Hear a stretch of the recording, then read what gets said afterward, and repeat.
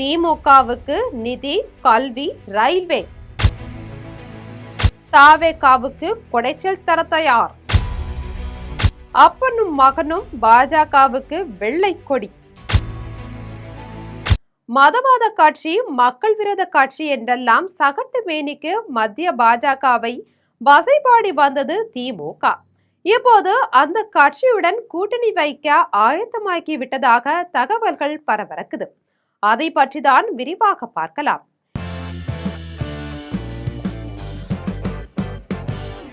இரண்டாயிரத்தி 26 சட்டமன்ற தேர்தல் முடிவுகள் ஆட்சிக்கு மட்டுமல்ல, மதசார்பற்ற ஐக்கிய முற்போக்கு கூட்டணிக்கும் முடிவுரையும் எழுதிவிட்டது.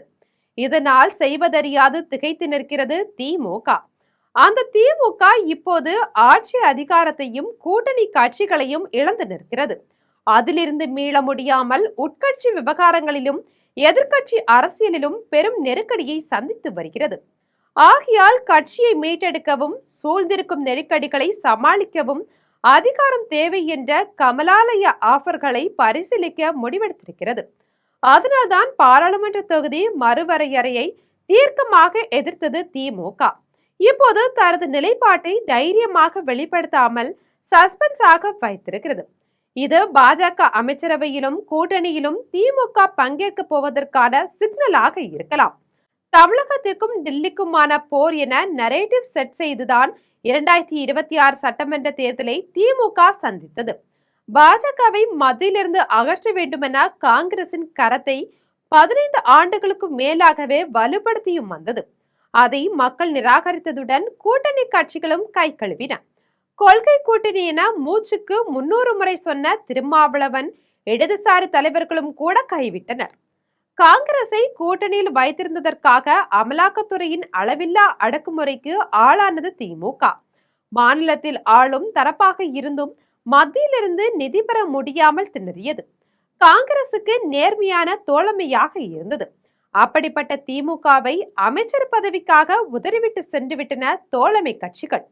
அப்படி என்றால் திமுக மட்டும் காங்கிரஸை முன்னிறுத்தும் இண்டி கூட்டணிக்கும் ஏன் வலு சேர்க்க வேண்டும்? தங்களை தாழ்த்தி கொண்டு இண்டி கூட்டணிக்கு பாடுபட வேண்டுமா? 2 எம்எல்ஏக்களை வைத்துக்கொண்டு விசிகாவும் ஐயுஎம்எலும் அமைச்சரவையில் பங்கேற்கும் போது 22 எம்பிக்களை வைத்துக்கொண்டு தாங்கள் ஏன் சும்மா இருக்க வேண்டும்? எனவே தாவேக ஆட்சிக்கு நிகரான அதிகாரத்துடன் வலம் வர மத்திய அமைச்சரவையில் பங்கெடுக்க வேண்டும் என்ற கருத்தும் திமுகவுக்குள் உருவாகி இருக்கிறது. வரலாற்று எதிரியான அதிமுகவுடனேயே கைகோர்க்க தயாரான திமுகவுக்கு பாஜகவுடன் அணி சேர்வது பெரிய விஷயம் இல்ல. இப்போதெல்லாம் மாறும் அரசியல் சூழ்நிலைக்கு ஏற்ப முடிவெடுப்பதுதான் புத்திசாலித்தனம் என்பதை அண்ணாவும் கருணாநிதியுமே திமுகவுக்கு வழிகாட்டியிருக்கிறார்கள். 2001 முதல் 2004 காலகட்டத்தில் திமுக ஆட்சியில் இல்லாவிட்டாலும் மத்திய அமைச்சரவையில் திமுக நீடித்தால் கட்சி வலுவாக இருந்ததையெல்லாம் கூர்ந்து கவனிக்க வேண்டும். இண்டி கூட்டணியிலிருந்து திமுக வெளியேறியதை கொண்டாட்ட மனநிலையுடன் அணுகுகிறது டில்லி பாஜக. கடந்த மே மாத இறுதியில் கூர்க்குக்கு சென்ற ஸ்டாலின் குடும்பத்தினருடன் நேரடி பேச்சுவார்த்தை நடத்தப்பட்டது. அதன்படி மத்திய அமைச்சரவையில் பங்கேற்க திமுகவுக்கு அழைப்பு கொடுக்கப்பட்டது. தொகுதி மறுசீரமைப்பு மசோதா உள்ளிட்ட முக்கிய மசோதாக்களை ஆதரிக்க சொல்லியும் கேட்டிருக்கிறது பாஜக. இதுபோக விஜய்க்கு குடைச்சல் ஏற்படுத்தும் விதமா கரூர் சிபிஐ விவகாரம், குதிரை பேர விவகாரத்தில் நடவடிக்கை, வாய்ப்பிருந்தால் ஆட்சிக்கே சிக்கல் ஏற்படுத்துவது என திமுகவின் அஜெண்டாக்களுக்கு உதவிடும் வாக்குறுதி அளிக்கப்பட்டிருக்கிறது. நிதி, கல்வி, ரயில்வே போன்ற முக்கிய இலாக்காக்களை திமுக பெற்றுக்கொண்டால் தமிழகத்தில் இணை அரசாங்கத்தை நடத்தலாம் என சொல்லப்பட்டிருக்கிறது. இது ஒரு கூட்டணி என்பதை விட திமுகவுக்கு ஒருவித பாதுகாப்பு என்கிற அடிப்படையில் ஆஃபர் கொடுத்திருக்கிறதாம் மத்திய பாஜக.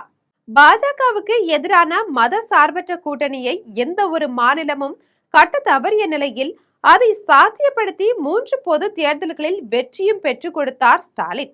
ஆனால் தற்போது திடீரென பாஜகவுக்கு ஆதரவு நிலைப்பாடு எடுத்தால் அதை சொந்த கட்சியினரை ஏற்றுக்கொள்வார்களா என்ற கேள்வி எழும்.